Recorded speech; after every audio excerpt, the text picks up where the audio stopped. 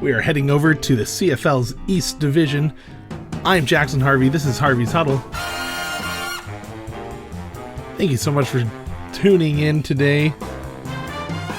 Sure to be hopefully an informative episode for you guys as we talk about the Canadian Football League and the East Division preview for 2021.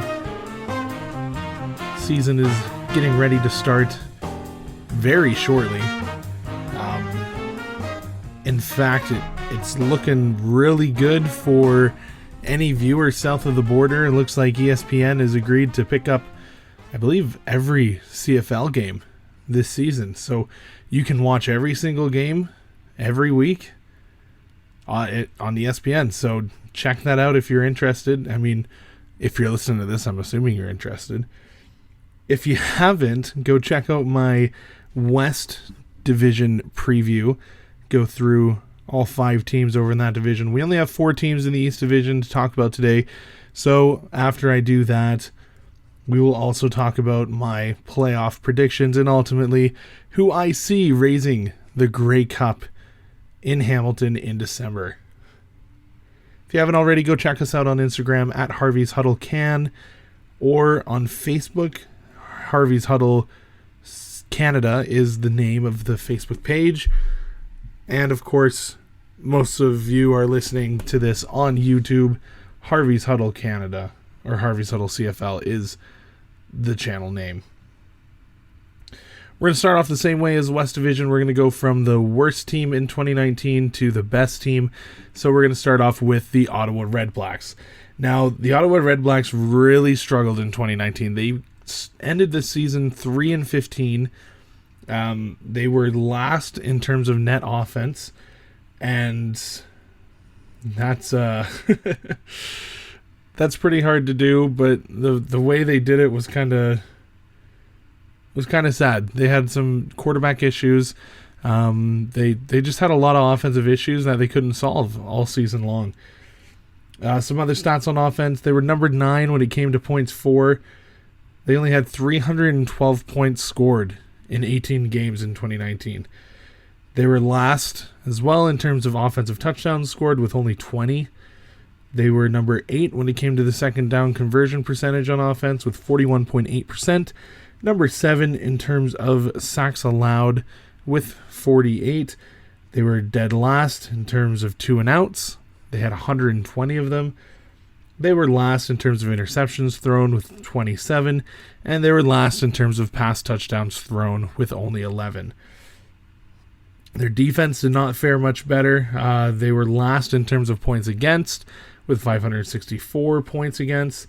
They were tied for last in terms of touchdowns allowed with 58. They were 6th in terms of second down conversion percentage with 49.3%.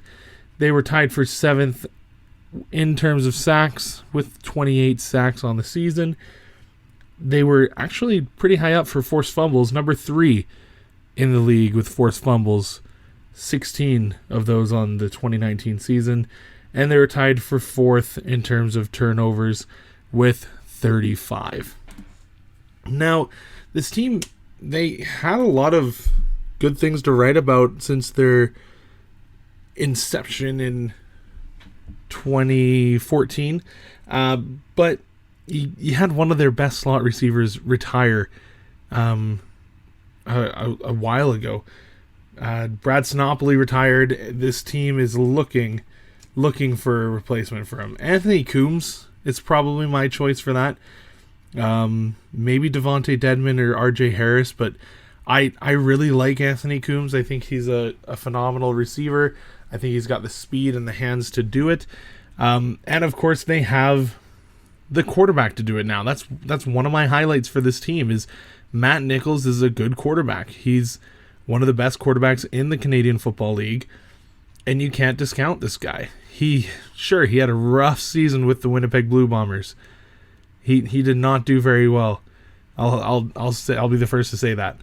But I think he brings a very good, even excellent veteran perspective into this Ottawa locker room that they desperately need at the quarterback position.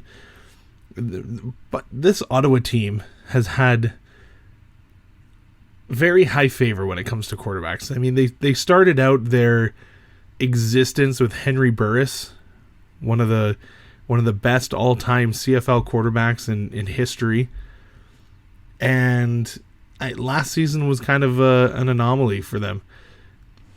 Couldn't really figure out what to do at the quarterback position. They've never really had management and the head coach Campbell. They didn't really have any experience with that kind of situation. And I think bringing in Matt Nichols was the right decision and will prove to be the right decision and could help them to get back into a contending spot, hopefully. One of the worst defenses out here, though. I don't see this defense doing phenomenally well this season. They had a negative 17 turnover ratio in 2019. But they went out and got Mika Awe, who I think he'll need to improve his game if he wants to make a big impact for this offense or defense. But you also see Cleon Lang get pressure on the D-line.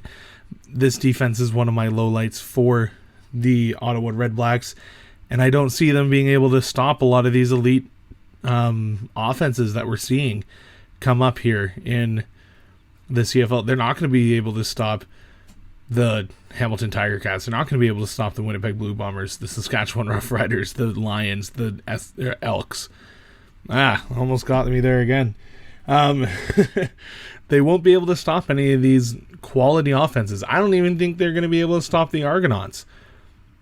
So this defense is going to be one that you want to keep off of your fantasy team if you can, but it's not one to write home about at all. Next, let's take a look at the Toronto Argonauts. They finished the season 4-14. However, and they were in the playoff spot, but Edmonton was able to cross over and take them out of the playoffs and take that number 3 seed in the East Division 2019.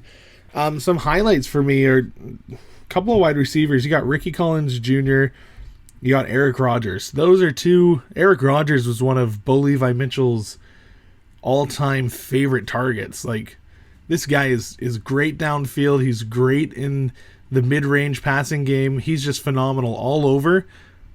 And I think he'll be an excellent asset to this team, as well as another former Stampeder, Nick Arbuckle, who people have been raving about for years before he finally got the chance to sign in Toronto. He's been backing up Bo Levi Mitchell and other Stampeder quarterbacks for quite a long time, and he's always been one that whenever he has to step in, whenever he's had to step into the starting quarterback role, whether it be injury or resting a quarterback for playoffs, he plays phenomenally. He has a great handle on the game, a great a great passer, great decision making. He was arguably the best backup quarterback in the league, and at some points, I mean, he's a backup quarterback last year and better than most of, I'll say he was better than all of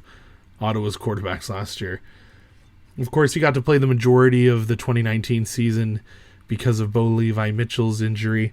Comes to Toronto, and I think he's in good shape to do some damage here. You got a good running back in John White. You have Cameron Judge at linebacker, Henoch Mwamba at linebacker, Charleston Hughes, Cordero Law, Odell Willis. That defensive line looks amazing. I'm very pleased with what the Argonauts have been able to do in this year or so, year and a half lull. They've been able to get some great players and really build a team that looks really good on paper. Not only the players excite me, though, I really like the signing of Ryan Dinwiddie as head coach of the Toronto Argonauts.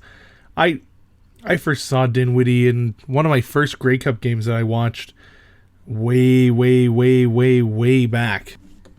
Dinwiddie, of course, was a quarterback for the Winnipeg Blue Bombers.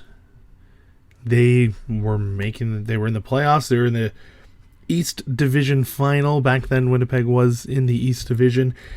And Kevin Glenn goes down in the fourth quarter, and here comes Ryan Dinwiddie to close out the game. Blue Bombers end up winning the game, and Dinwiddie's first ever starting quarterback gig was in the 2007 Grey Cup. He threw 3 interceptions in that game to the same player, all 3 of them. But I remember watching him. I remember seeing him play then, and of course he played for a few more seasons. Most recently, he coached for the Stampeders as the quarterback coach, and I think Toronto's making a good move getting a former player. He's only 40 years old as well, so fairly young compared to a lot of the coaches in the Canadian Football League. I think it's a great pickup. It gives a great youth to this Toronto Argonauts team, and I'm really excited to see what he can do with them. When it comes to some lowlights for this team, I really don't like the secondary. I don't think the secondary is anything fantastic. Martavis Bryant is suspended, so he's on the suspended list, and that's no good to have one of your better players in that situation in such a short season as well. Not boding well for them, and their defense is statistically among the worst, although it has been improved like I said. I'm really excited about the defensive line with Charleston Hughes, Cordero Law, Odell Willis. That might be a lethal defensive line for the Argos.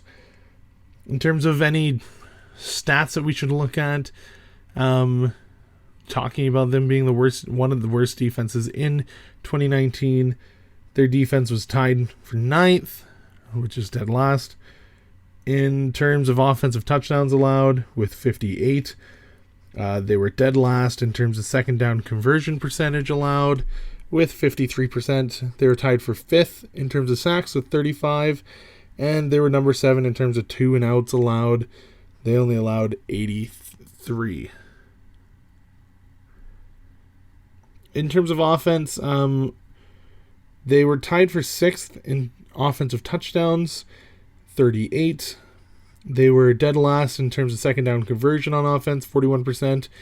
Number 8 in sacks allowed with 54 sacks allowed. Number 8 in 2 and outs, 104 of those. 8th in turnover ratio, -15. And 9th, dead last in rushing touchdowns with only 5. Yeah, you heard that right. 5 rushing touchdowns in 18 games. So hopefully we see them pick it up and be able to make a run in a playoff spot in the East Division. Third, we got the Montreal Alouettes. They finished the season 10-8, second in the East. They lost to Edmonton in the East Division semifinal. They were one of the more exciting teams to watch last season, especially out of the East.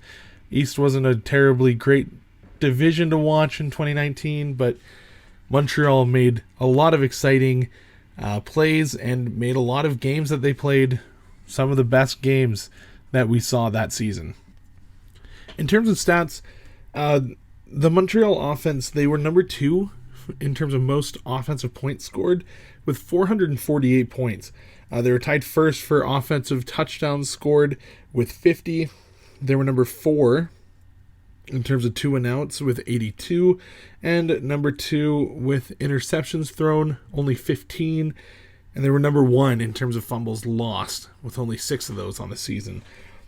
On defense, they were number 8 with second down conversion percentages against, 52.1%.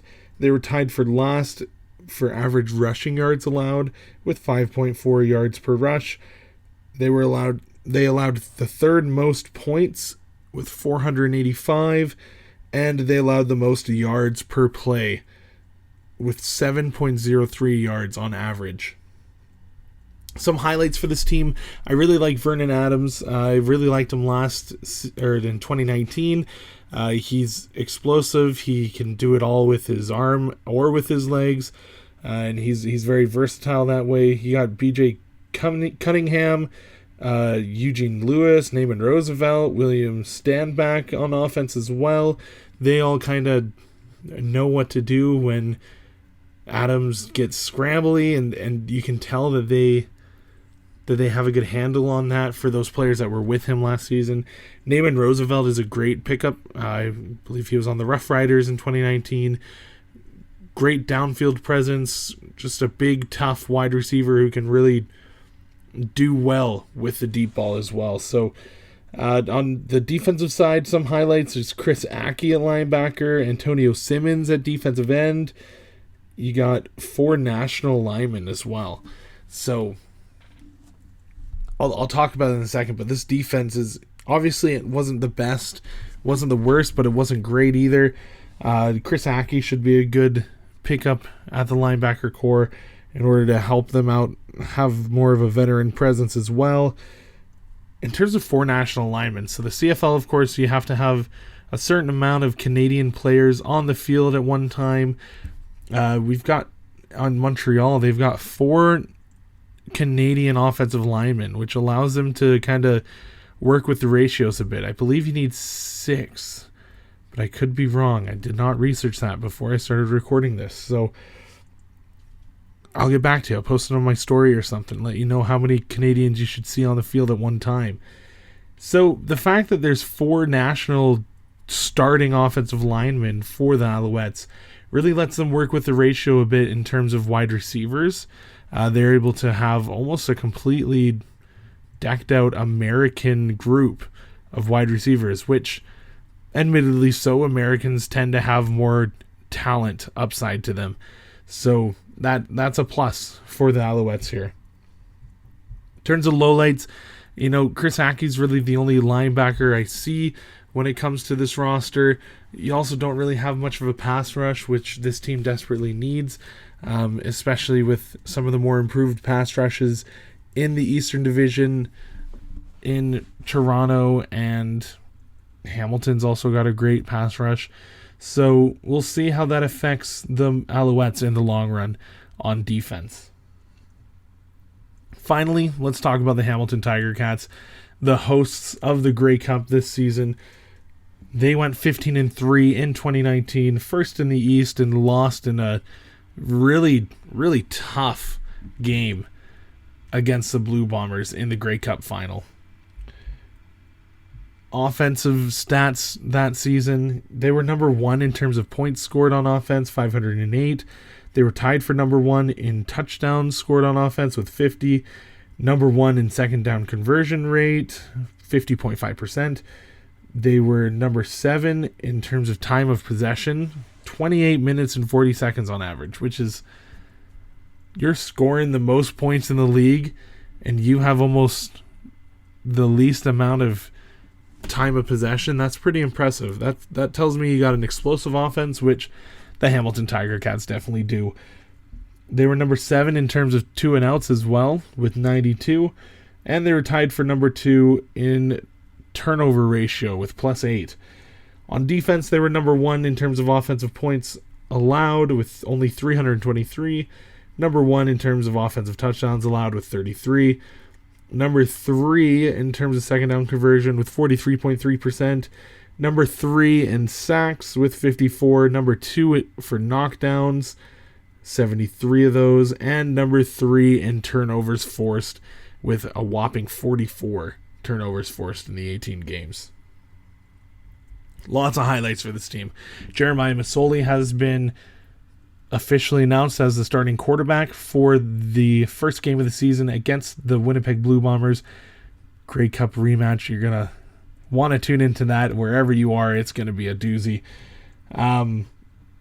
Brandon Banks. I love Brandon Banks. What a speedy bee. I mean, there's a reason why he's got that nickname. He is a playmaker and a half. And paired with Jeremiah Masoli, this offense is phenomenal. You got Devere Posey at wide receiver as well, potentially.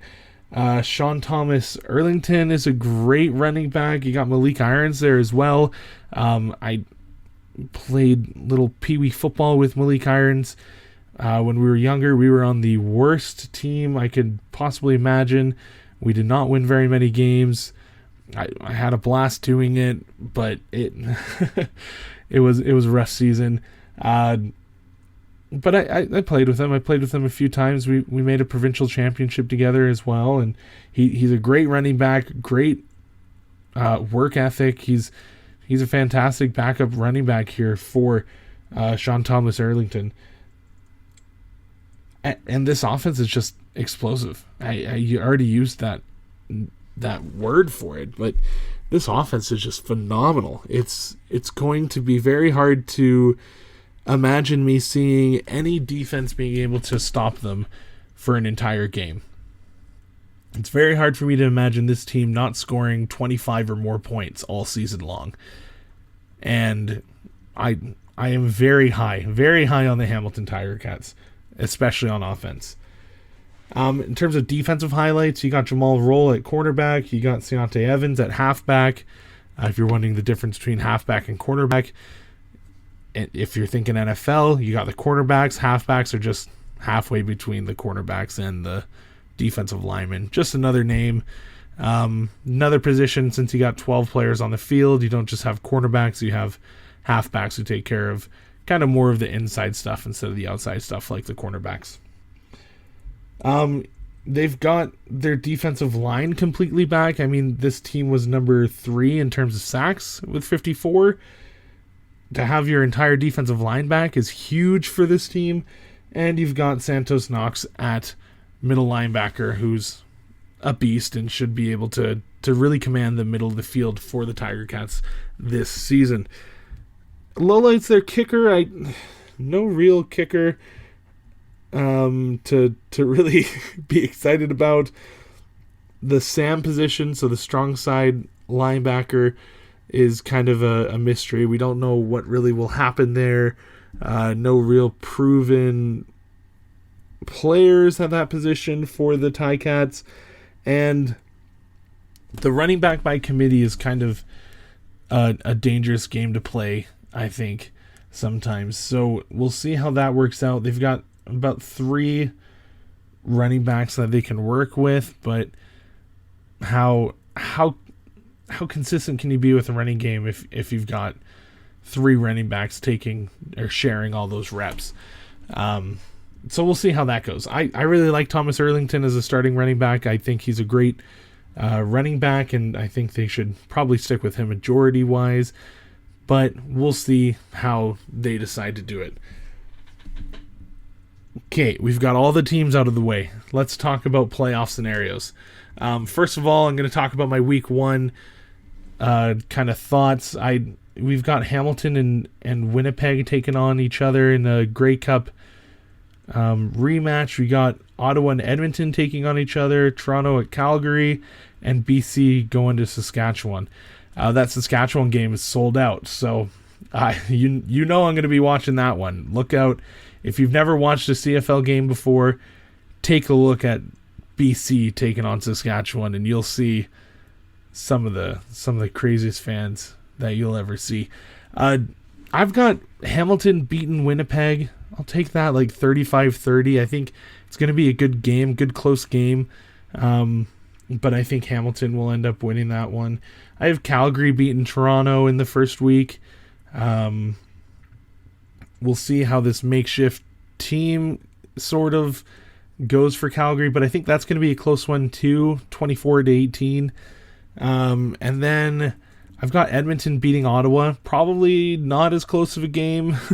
Edmonton's offense is a little too good for Ottawa. I would take that almost 40-20 for Edmonton winning that.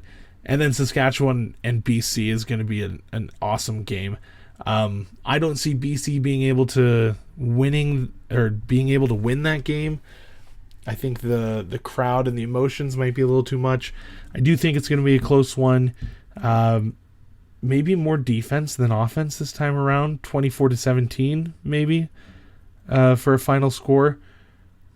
If offenses get out of hand, it could be the same kind of spread, a 6-7 point game for Saskatchewan and BC.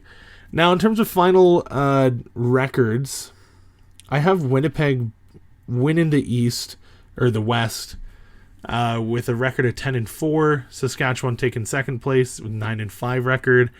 BC taking third place with a 9-5 record. Calgary and Edmonton rounding out the bottom. Calgary at 6-8 and Edmonton at 5-9. On the East side, I only have Hamilton losing the last game of the season against Saskatchewan. Like I said, I'm really high on Hamilton. I think they're going to have a phenomenal season. I have Toronto taking second place with a 6-8 record, and Montreal finishing 4-10 with Ottawa in last, 1-13, the final record. That means Calgary is going to get a crossover and take Montreal's playoff spot. In the East side of things, I have Calgary beating Toronto in that first playoff round. On the West, I have Saskatchewan beating BC. Saskatchewan, of course, will have that home field advantage as well. And then I have Saskatchewan actually beating Winnipeg in the West final. And then Hamilton beating Calgary in the East final. Ultimately, I think we are going to see a home field Grey Cup victory for the Hamilton Tiger Cats this season. I love the Tiger Cats. I think they're going to... I sound like a broken record, but I think they're going to do phenomenal. I think they're a fantastic team to watch. Fantastic coaching. Fantastic quarterback play. Fantastic defensive play. And they are the team to beat this season. It might be 4 games shorter, but even if you had 4 games on there, I still think the Ticats pull this one out. Let me know what you think about all of this. My Eastern preview, my total preview at the end here. I kind of scanned over my week 1 preview for you guys, but I'll post something on my social medias there about those. Let me know what you think. Hit me up on Instagram at Harvey's Huddle Can, or on Facebook. Harvey's Huddle Canada is the page name. Leave a comment if you're watching on YouTube. Let me know what you think. I want to hear you guys. I want to have a discussion with you guys and talk about the greatest game on earth, the Canadian Football League. I'm excited to have it back, and I hope you guys enjoy watching some Canadian football this weekend. Thank you so much for listening. I'm Jackson Harvey. This has been Harvey's Huddle.